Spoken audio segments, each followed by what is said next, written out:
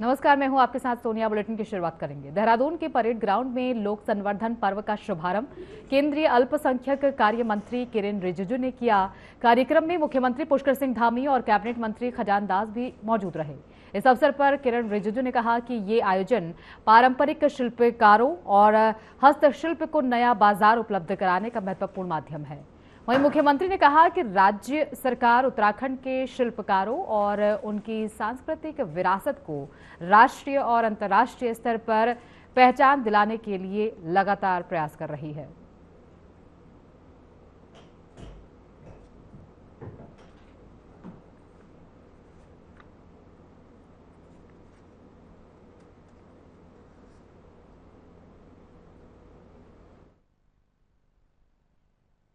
जी देखिए, ये लोक संवर्धन पर्व हमारे माइनॉरिटी अफेयर्स मंत्रालय का सबसे बड़ा कार्यक्रम है। वैसे तो बहुत कार्यक्रम चलते हैं, हम इंफ्रास्ट्रक्चर के लिए भी मदद करते हैं और कई स्किलिंग का, ट्रेनिंग का कई कार्यक्रम करते हैं, लेकिन पब्लिक फेस के हिसाब से लोक संवर्धन पर्व इसलिए बहुत महत्वपूर्ण है। इसमें जितने भी जो हमारा शिल्पकार होते हैं, जो आर्टिसंस होते हैं और जो पारंपरिक काम से जुड़े हुए लोगों को एक प्लेटफॉर्म देने का काम करते हैं। इस बार उत्तराखंड सरकार ने बहुत अच्छा मदद किया। इसका फंडिंग हम अपना मंत्रालय से पूरा देते हैं, लेकिन यहाँ लोकल सपोर्ट उत्तराखंड सरकार ने बहुत अच्छा सपोर्ट दिया है। मैं इसलिए मुख्यमंत्री धामी जी को मैं विशेष करके धन्यवाद देता हूँ। वो खुद भी यहाँ मौजूद रहे, इससे प्रोत्साहन मिलते हैं क्योंकि देश भर से भी लोग आए हैं और उत्तराखंड का जो विशेष वस्तु होते हैं यहाँ के जो। लोकसभा में नेता प्रतिपक्ष राहुल गांधी का 17 जुलाई को उत्तराखंड दौरा प्रस्तावित है। इस दौरान देहरादून में छात्रों और युवाओं के साथ संवाद कार्यक्रम आयोजित किया जाएगा। कांग्रेस के अनुसार शिक्षा, प्रतियोगी परीक्षाओं और युवाओं से जुड़े मुद्दों पर चर्चा होगी। पार्टी नेताओं और कार्यकर्ताओं में दौरे को लेकर उत्साह है और तैयारियां तेज कर दी गई हैं।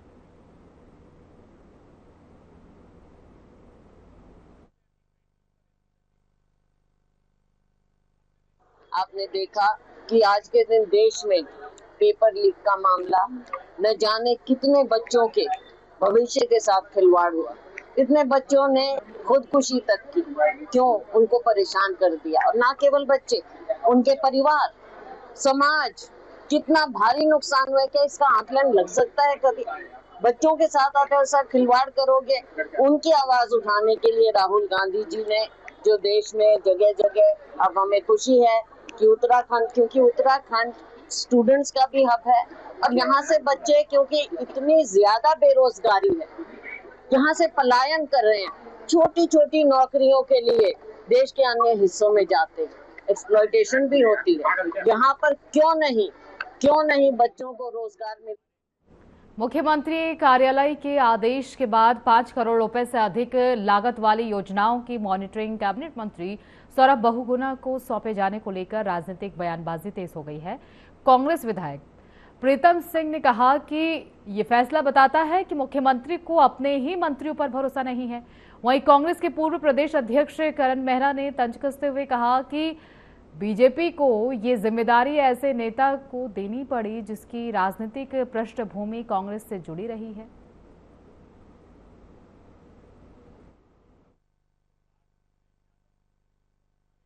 खुश हैं इस बात पे।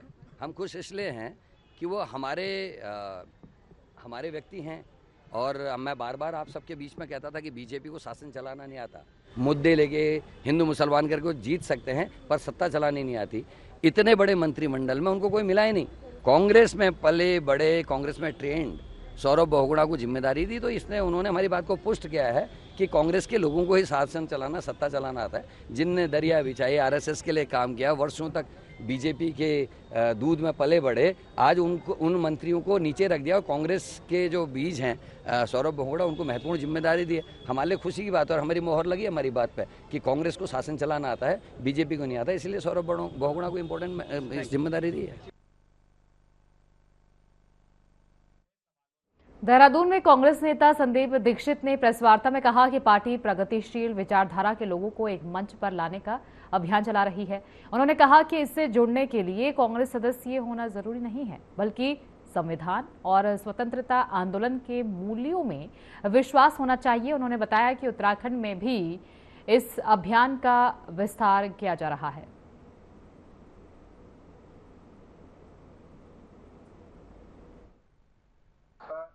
जरूरी नहीं है कि इसमें वही लोग आए जो कांग्रेसी हैं या कांग्रेस की नीतियों से इत्तेफाक रखते हैं। ये वो लोग हैं जो प्रगतिशील विचारों के हों। और हमने ये माना है कि 3 या 2 मान लीजिए मुख्य धाराओं के अंदर ये लोग विश्वास रखें कि आज़ादी के आंदोलन के जो मूल्य थे, आर्थिक मूल्य, सामाजिक मूल्य, देश की रचना के, उसमें इन लोगों का विश्वास हो और संविधान के मूल्यों में इनका विश्वास हो। ऐसे करके हम हर किसी से चाहते हैं हम अपना संबंध बनाएं। धीरे धीरे हमने कुछ प्रदेशों में इस काम को शुरू किया है, क्योंकि मेरा मध्य प्रदेश में काम रहा। मध्य प्रदेश में पहले हम लोगों ने इसको एक अनुभव की तरह जमीन पर उतारा था 18, 19, 20 से, तो वहां हम इस संगठन को आगे बढ़ा रहे हैं। और राजस्थान पौड़ी जिले के खिरसू में आयोजित जनसेवा शिविर में 526 लाभार्थियों ने स्वास्थ्य, कृषि, शिक्षा, समाज कल्याण और महिला एवं बाल विकास समेत विभिन्न विभागों की सेवाओं का लाभ लिया। शिविर में दर्ज 21 शिकायतों में अधिकांश का मौके पर निस्तारण किया गया। राज्य मंत्री भागवत प्रसाद मकवाना और जिलाधिकारी स्वाति एस भदौरिया ने व्यवस्थाओं का निरीक्षण कर अधिकारियों को आवश्यक निर्देश दिए।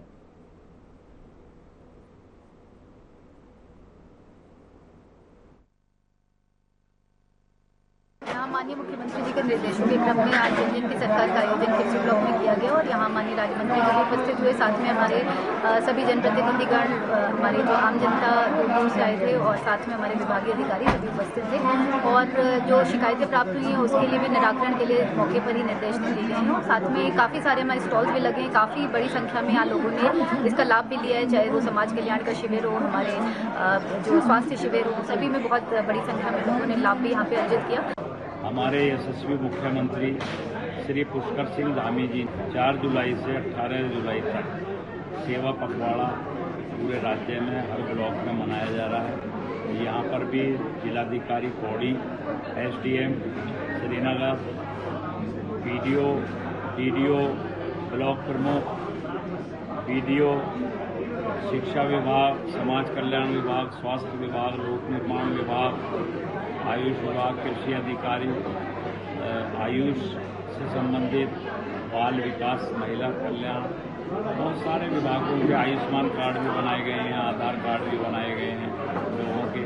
महिलाओं को किट वितरण हुआ है, बालिकाओं को भी ड्रेस वितरण हुआ है। इसके अतिरिक्त जो है लोगों ने अयोध्या में राम मंदिर के चढ़ावे से जुड़े कथित चोरी के मामले को लेकर सामाजिक संगठनों की प्रतिक्रियाएं सामने आ रही हैं। राष्ट्रीय हिंदू शक्ति संगठन के उत्तराखंड प्रदेश अध्यक्ष राघवेंद्र भटनागर ने इस घटना की निंदा करते हुए कहा कि इससे सनातन समाज की भावनाएं आहत हुई हैं। उन्होंने दोषियों के खिलाफ कड़ी कार्रवाई की मांग करते हुए कहा कि इस मामले में कानून के अनुरूप सख्त दंड दिया जाना चाहिए ताकि भविष्य में इस तरह की घटनाओं की पुनरावृत्ति न हो।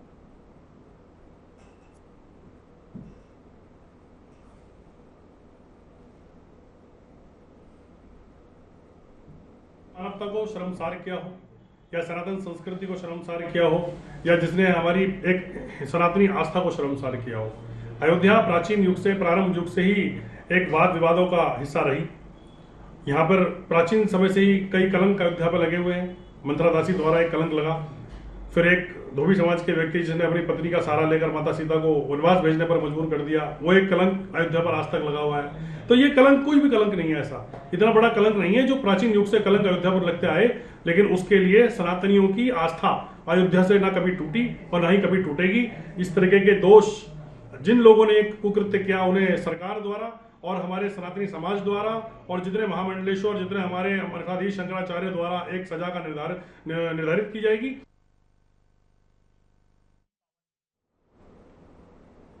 देहरादून में मुख्यमंत्री कार्यालय के एक आदेश को लेकर प्रदेश की राजनीति तेज हो गई है। 5 करोड़ रुपए से अधिक लागत वाली परियोजना की मॉनिटरिंग की जिम्मेदारी कैबिनेट मंत्री सौरभ बहुगुणा को सौंपी गई है। इस फैसले पर कांग्रेस नेताओं ने सवाल उठाते हुए इसे सरकार के भीतर भरोसे की कमी से जोड़कर देखा है।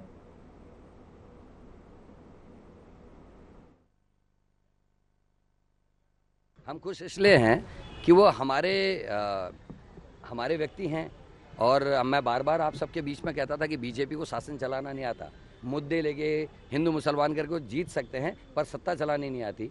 इतने बड़े मंत्रिमंडल में उनको कोई मिला ही नहीं। कांग्रेस में पले बड़े, कांग्रेस में ट्रेंड सौरभ बहुगुणा को जिम्मेदारी दी, तो इसने उन्होंने हमारी बात को पुष्ट किया है कि कांग्रेस के लोगों को ही शासन चलाना, सत्ता चलाना आता है। जिनने दरिया बिछाई, आरएसएस के लिए काम किया, वर्षों तक बीजेपी के दूध में पले बड़े, आज उन मंत्रियों को नीचे रख दिया और कांग्रेस के जो बीज हैं सौरभ बहुगुणा, उनको महत्वपूर्ण जिम्मेदारी दी है। हमारे लिए खुशी की बात है और हमारी मोहर लगी हमारी बात पे कि कांग्रेस को शासन चलाना आता है, बीजेपी को नहीं आता, इसलिए सौरभ बहुगुणा को इम्पोर्टेंट जिम्मेदारी दी है। अब ये तो ऐसे सरकार का निर्णय है, तो भाई लगता है क्योंकि मंत्रिपरिषद में मुझे भी रहने का अवसर मिला, और अगर मंत्रिपरिषद में कोई मंत्री है उसके जो है जो उत्तराखंड में विधानसभा चुनाव की तैयारियों के बीच कांग्रेस की परिवर्तन संकल्प यात्रा प्रदेश भर में जारी है। कांग्रेस का दावा है कि यात्रा को जनता का व्यापक समर्थन मिल रहा है। चक्राता विधायक और पूर्व प्रदेश अध्यक्ष प्रीतम सिंह ने कहा कि प्रदेश की जनता वर्तमान सरकार से बदलाव चाहती है और इसका संकेत यात्रा में उमड़ रही भीड़ से साफ दिखाई दे रहा है। उन्होंने विश्वास जताया कि आगामी विधानसभा चुनाव में कांग्रेस को जनता का समर्थन मिलेगा और पार्टी प्रदेश में मजबूत वापसी करेगी। नहीं, देखिए, हमने प्रदेश के 10 जनपद जो पर्वतीय क्षेत्र हैं जहां पर बरसात के समय सड़क अवरुद्ध रहती है, तो हमने 4 भागों में इसको बांटने का काम किया। और हम जो है जब लोगों के बीच में गए तो लोगों का अपार जन सहयोग और अपार प्यार और स्नेह जो है हमारी संकल्प परिवर्तन यात्रा को मिला है। और ये संकेत है इस बात का कि लोग भाजपा की सरकार से आजी जा चुके हैं, वो परिवर्तन चाहते हैं और परिवर्तन के इस दौर में वो कांग्रेस की ओर आशा भरी निगाह से देख रहे हैं। तो हमारा कर्तव्य बनता है, हमारा दायित्व बनता है कि हम उत्तराखंड के लोगों को आश्वस्त करना चाहते हैं कि हमारी सरकार बनेगी, वो सरकार पारदर्शी होगी और भ्रष्टाचार मुक्त होगी।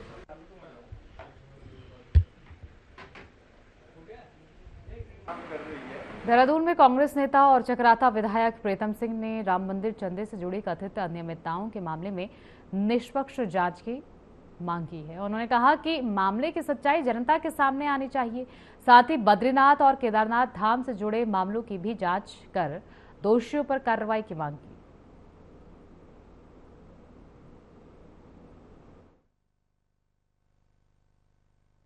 बीएचपी विश्व हिंदू परिषद के लोग संलिप्त हैं और जो चंदा चोरी हुआ है वो सीधे सीधे जो है बीएचपी और विश्व हिंदू परिषद के खातों में गया है। तो भाई आज देश के प्रधानमंत्री जी ने ट्रस्ट बनाया और ट्रस्ट में इतना बड़ा भ्रष्टाचार हुआ, तो भाई मन की बात कहने वाले देश के प्रधानमंत्री आज क्यों मौन है, क्यों कोई बात नहीं कह रहे हैं, ये प्रश्न है।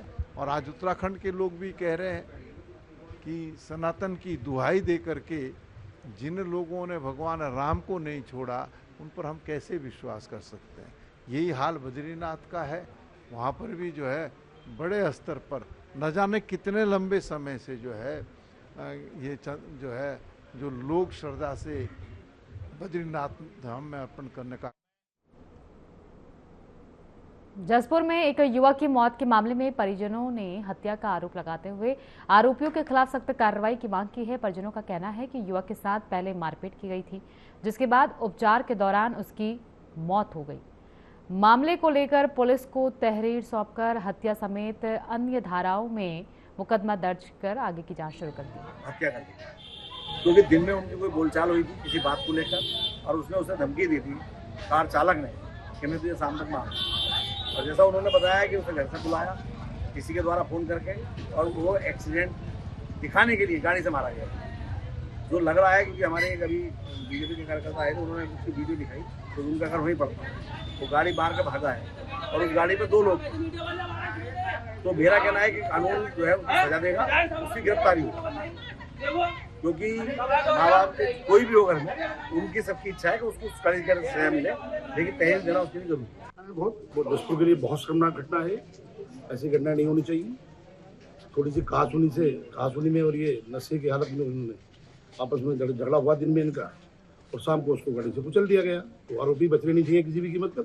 जो आरोपी हैं उनको कड़ी से कड़ी सजा मिलनी चाहिए। जो दफा इसमें रिकमेंडेड करती है वो दफा उनको लगनी चाहिए।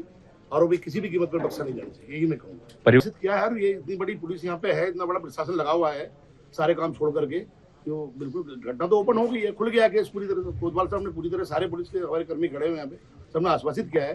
कारण ये है कि ये बच्चे अपनी दुकान पर रुखसार पर खड़े थे। मानू नाम का आदमी, जाकिर नाम का आदमी, ये अपनी गाड़ी से निकल रहे थे। तो बच्चों के ऊपर छींटे आई तो उन्होंने गाड़ी दी। गाड़ी देने के बाद इन्होंने मारा पीटी किया। रात को करीब 7 बजे इनका फैसला हो गया। फिर मानू नाम के व्यक्ति ने और जाकिर नाम के व्यक्ति ने इन्हें फोन पे धमकी दी कि साले तेरा आज मर्डर कर दूंगा। बच्चा बहुत सीधा था, होनहार बच्चा था, जितनी तारीफ कही जाए उतनी कम। मगर जिसने ये वारदात करी है वो पहले भी कई बार जेल जा चुका है, रह चुका है। मेरे बेटे के साथ अल्मोड़ा विश्वविद्यालय परिसर में एबीवीपी कार्यकर्ताओं ने छात्र नेता रोहित कुमलटा के नेतृत्व में परीक्षा नियंत्रक के खिलाफ प्रदर्शन किया। संगठन ने विश्वविद्यालय प्रशासन पर छात्र हितों की अनदेखी का आरोप लगाया। एबीवीपी का कहना है कि परीक्षा परिणामों में देरी और शैक्षणिक समस्याओं का समाधान समय पर नहीं हो रहा है। भारतीय विद्यार्थी परिषद के द्वारा परीक्षा नियंत्रक महोदय का यहाँ पे पुतला दहन किया गया है, जिसमें हमारी सर्वप्रथम जो मांग थी वो हमने मांग रखी थी कि यूजी और पीजी जो 2024 बैच के स्टूडेंट हैं जिनके बैक आए थे उनके बैक परिणाम जल्द से जल्द घोषित किए जाए, परंतु पूर्ण रूप खटीमा की बेटी और आईटीबीपी की जवान तेला सेन को माउंटेन एवरेस्ट फतह करने की ऐतिहासिक उपलब्धि पर अंबेडकर पैबेक ट्यू सोसाइटी और उत्तराखंड मीडिया क्लब ने सम्मानित किया है। आईटीबीपी ने हमें इतनी बड़ी अपॉर्चुनिटी दी है माउंट एवरेस्ट पे जाने की, शायद ही मतलब इतने इजीली वे में किसी को मिल सके। मैं बहुत शुक्रगुजार हूँ आईटीबीपी की, मतलब 2 साल के अंदर हमें इतना बड़ा मौका मिला। जसपुर में मानसून के मद्देनजर आपदा प्रबंधन की तैयारियों को लेकर समीक्षा बैठक आयोजित की गई। उत्तराखंड राज्य आपदा प्रबंधन प्राधिकरण के उपाध्यक्ष विनय कुमार रोहेला ने अधिकारियों को सतर्कता और समन्वय के साथ कार्य करने के निर्देश दिए हैं।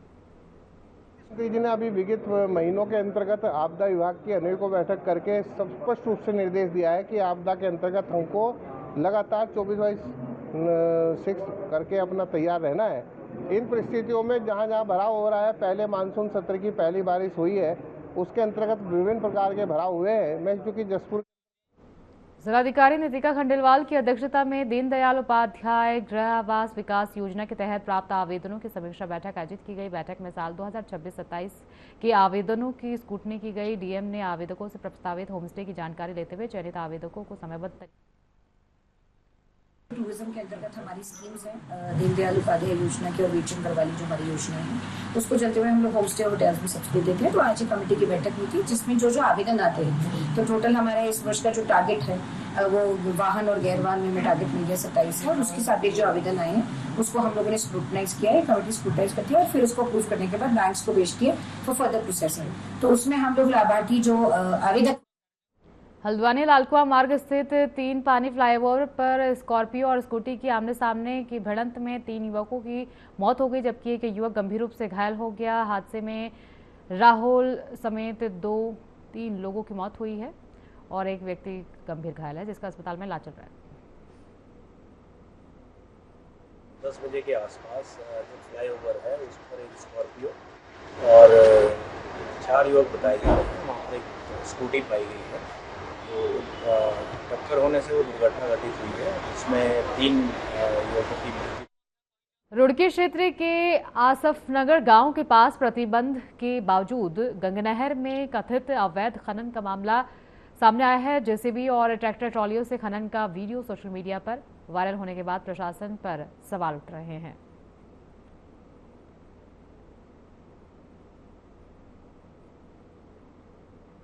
टेहरी गढ़वाल के लंब गांव में केतन लाल की मौत के मामले में कई संगठनों ने देहरादून की गांधी पार्क के बाहर प्रदर्शन कर सीबीआई जांच की मांग की है। प्रदर्शनकारियों ने मामले की निष्पक्ष जांच कर दोषियों के खिलाफ कड़ी कार्रवाई की मांग की है।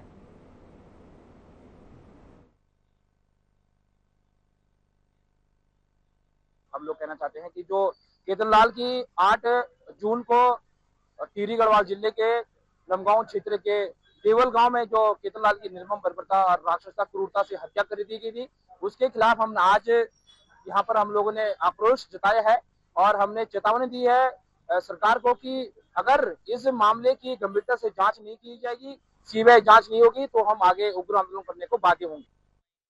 बारिश के बाद ऋषिकेश के शिवाजी नगर क्षेत्र की बदहाल सड़कें स्थानीय लोगों के लिए परेशानी का कारण बन गई हैं। सीवर लाइन बिछाने के बाद कई स्थानों पर सड़क का पुनर्निर्माण नहीं होने से गड्ढे बन गए हैं। लोगों का कहना है कि इन गड्ढों के कारण आए दिन वाहन दुर्घटनाग्रस्त हो रहे हैं।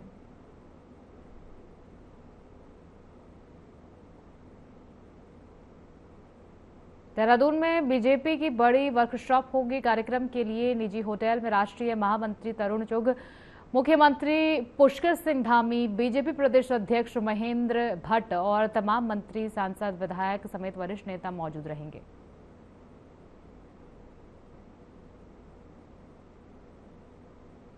रुड़की में विधायक उमेश कुमार ने मिलाप नगर का निरीक्षण कर जल निकासी व्यवस्था का जायजा लिया। उन्होंने क्षेत्रवासियों से बातचीत कर व्यवस्थाओं की जानकारी ली और अधिकारियों को जल निकासी व्यवस्था लगातार सुचारू बनाए रखने के निर्देश दिए।